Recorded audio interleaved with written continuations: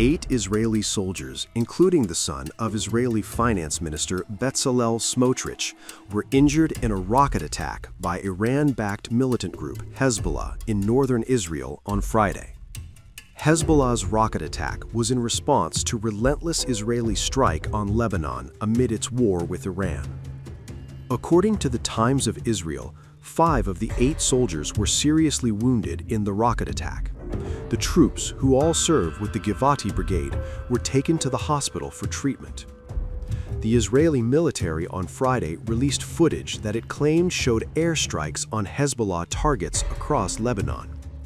In a statement, the army said its air force, guided by IDF intelligence, completed a broad-scale wave of strikes in Beirut against Hezbollah terror infrastructure. According to Lebanon's health ministry, the number of people killed by Israeli strikes since Monday has risen to 217, with another 798 wounded. After the attacks by the US and Israel on Iran triggered a new war in the Middle East, Hezbollah launched missiles and drones into Israel Monday for the first time in over a year. Israel has retaliated by bombarding southern Lebanon and Beirut's southern suburbs.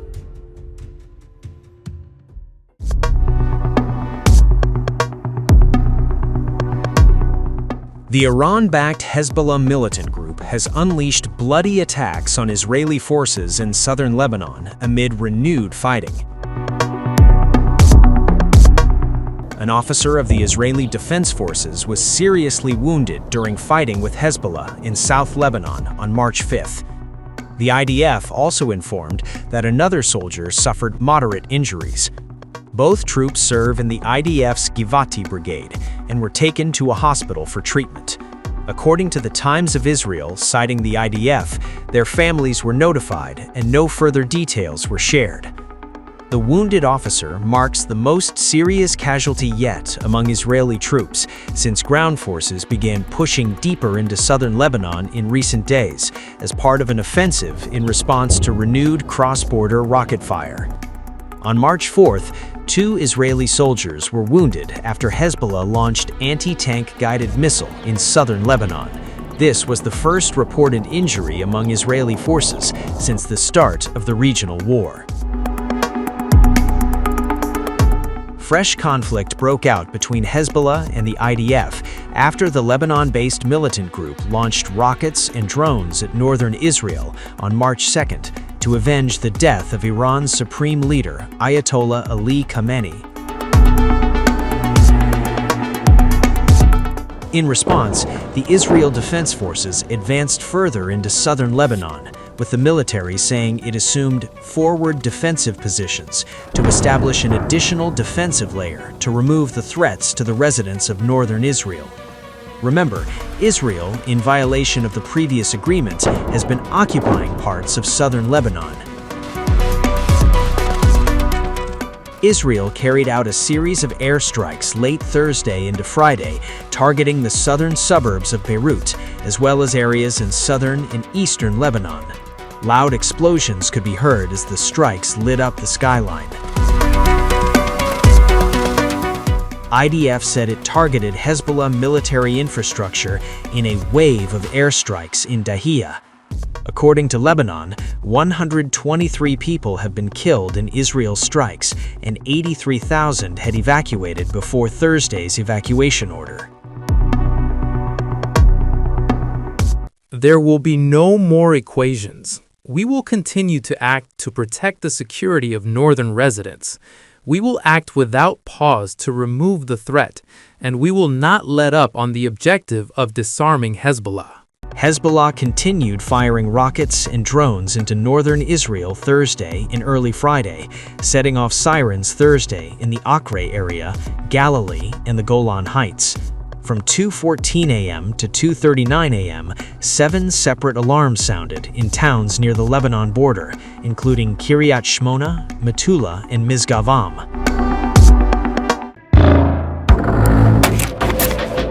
Backed by Iran, the Lebanese resistance group Hezbollah has intensified its confrontation with Israel, firing 2 separate rocket barrages toward Israeli military positions. The attacks came on Thursday as cross-border hostilities between Hezbollah fighters and Israeli forces entered their 4th consecutive day.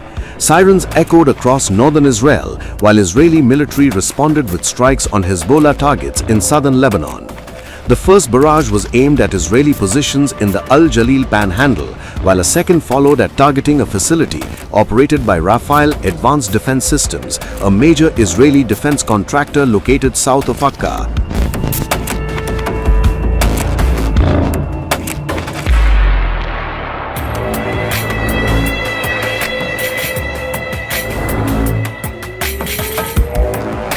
Notably, Rafael is among Israel's primary defense suppliers, developing systems including Iron Dome, the Spike missile, and the Trophy active protection system. Thursday's strikes followed a broad wave of Hezbollah operations on Wednesday that targeted several significant Israeli military and defense sites deep inside Israeli territory.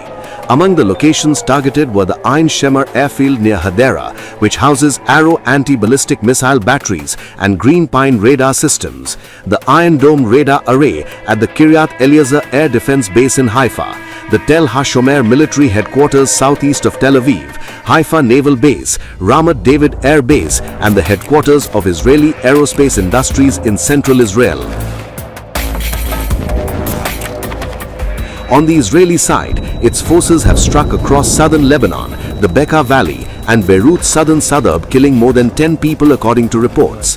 Ground clashes were also reported along the border, which was confirmed by the United Nations, which reported UN peacekeepers in southern Lebanon said they had seen and heard clashes as more Israeli forces moved across the border.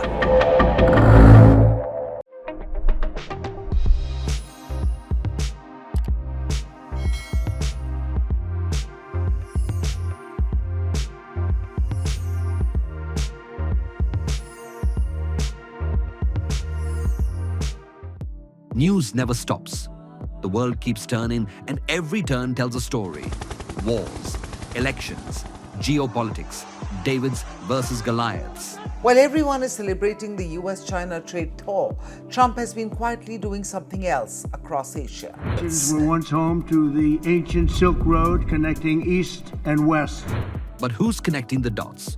Who's decoding the global storm?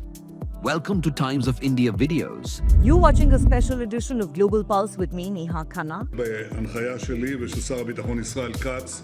Durante este año, We decode the shifting grains of geopolitics to you. From Washington to Wuhan. Встановлені домовленості і сьогодні підписуються. Everything, everywhere, all at once. Just 2 years ago, Canada was one of the most popular countries for Indian students.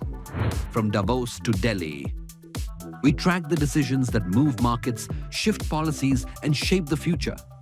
No jargon, no bias, just clear, credible, global journalism. Because understanding the world doesn't have to be complicated, it just has to be smart. And that's what we do best. At Times of India videos, we don't just tell stories, we build perspective. We connect the dots between what's global and what's personal, what's happening out there, and what it means for you. It's fast. It's fearless. It's making sense of the changing world order. Times of India videos. Because your worldview is just a tap away.